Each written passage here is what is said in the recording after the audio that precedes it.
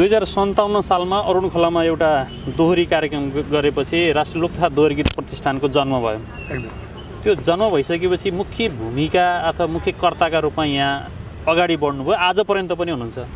त्यो हिजोदेखि आजसम्म सम्झिँदा कस्तो लाग्छ एकजना संस्थापकका हिसाबले? पहिला त नमस्कार, म अमर बिराई गुरुङ, राष्ट्रिय लोक तथा दोहोरी प्रसारण नेपालको केन्द्रीय संस्थापक अध्यक्ष।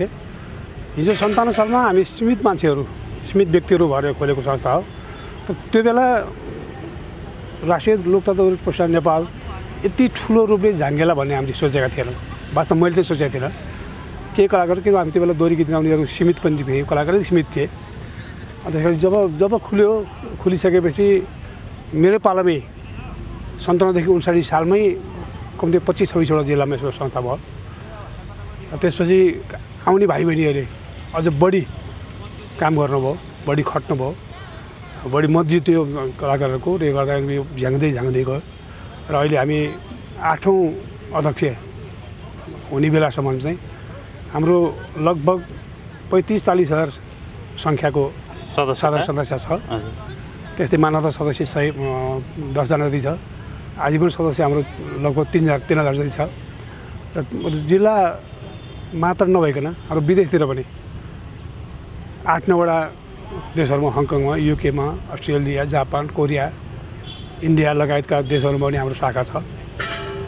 र नेपाली लोकगीतलाई सबैले मन पराइदिनु भएको छ र यसलाई टेवा दिनुभएको छ। यस मानेमा हामी कलाकारहरूले चाहिँ खुसी छौँ।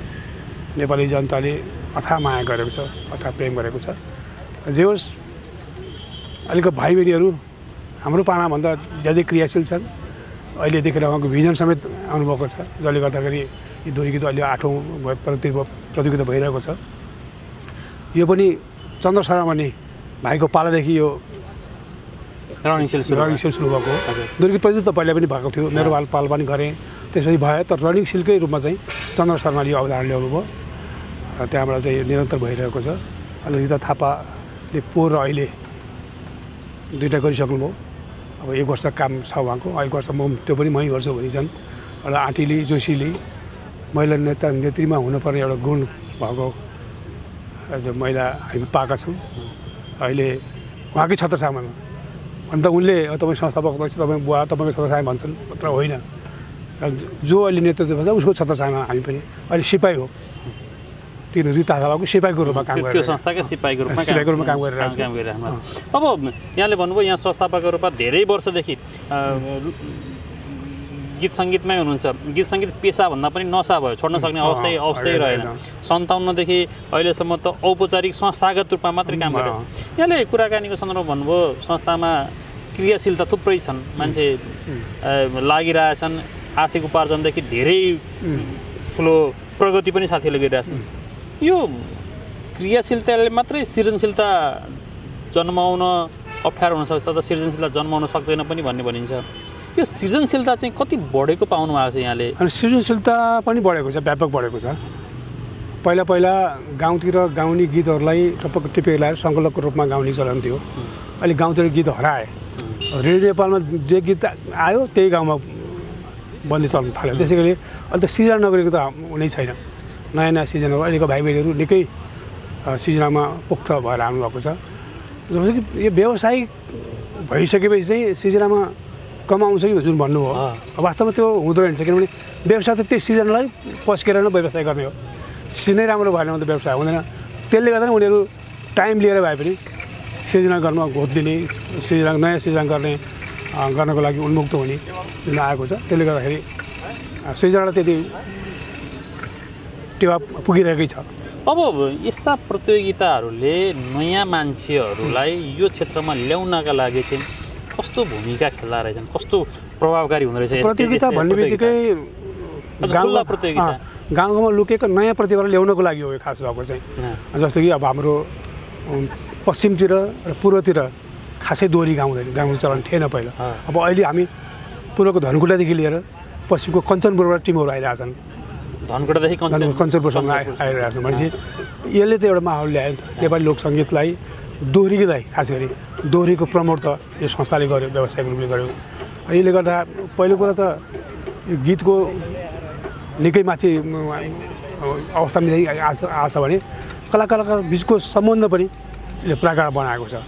पूर्वको धनकोटाको मान्छे र कञ्चनपुर मान्छे भेट्दा पोखराको मान्छेहरू उनी बिचमा आदान प्रदान उनीहरूको संस्कारको आदान प्रदान संस्कृतिको आदान प्रदान सामिप्यता उस्तै परे त्यहाँको र यहाँको कुरो मिलाएर व्यवसाय पनि जान सक्ने भए यो चाहिँ धेरै राम्रो गरेको छ।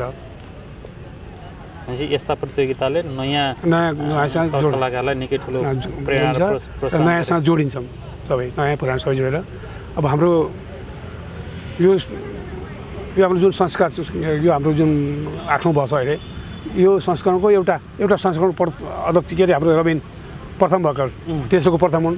अब अहिले हामीले त्यहाँबाट जो यो प्रतियोगितामा आए नि जितेर आए उनीहरूलाई हामीले निर्णायकको रूपमा राखेका छौँ। अहिले निर्णायकको रूपमा यसरी आज जित्ने मान्छेहरूलाई निर्णायकको रूपमा ल्याउँदै गर्ने त्यस्तो किसिमको चलन निर्णायक पनि हामीले पुस्ता जो अब्बल छन् जसले दोहोरी गीतलाई आफ्नो पेसा भन्नाले आफ्नो तपाईँले भने चाहिँ नसाको रूपमा मनमुटुमा बसाल्नु त्यस्ता व्यक्तिहरूलाई हामीले रबिनलाई जस्तै उहाँहरूको राजु केसी भन्ने छन् उनीहरूलाई हामीले निर्णायकमा बोलाएका छौँ।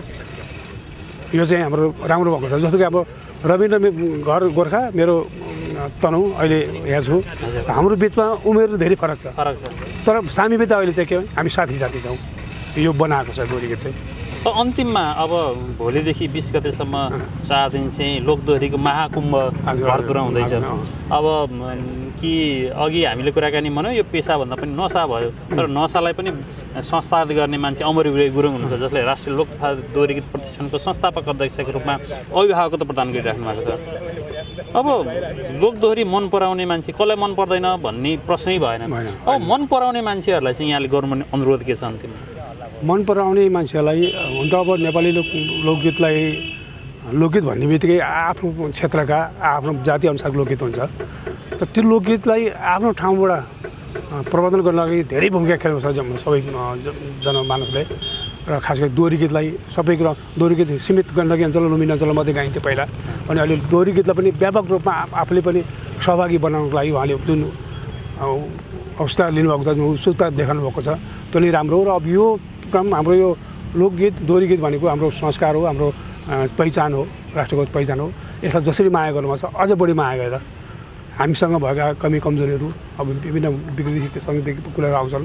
विकृति सबै ठाउँमा छ त विकृतिलाई कसरी आत्मसात गर्ने भनेको ती कलाकारहरू आफैले जुन व्यवसायको छ त्यही व्यवसायका मान्छेहरूले यो चाहिँ विकृति हुँदैछ है भन्ने आफैले आत्मसात गरेर सकेसम्म नेपाली लोकसङ्गीतमा राम्रो दिने जनतालाई जनमानसमा भिज्दै किसिमको गीत दिने सिर्जना गर्ने किसिमको गरिदिनुको लागि म अनुरोध गर्न चाहन्छु।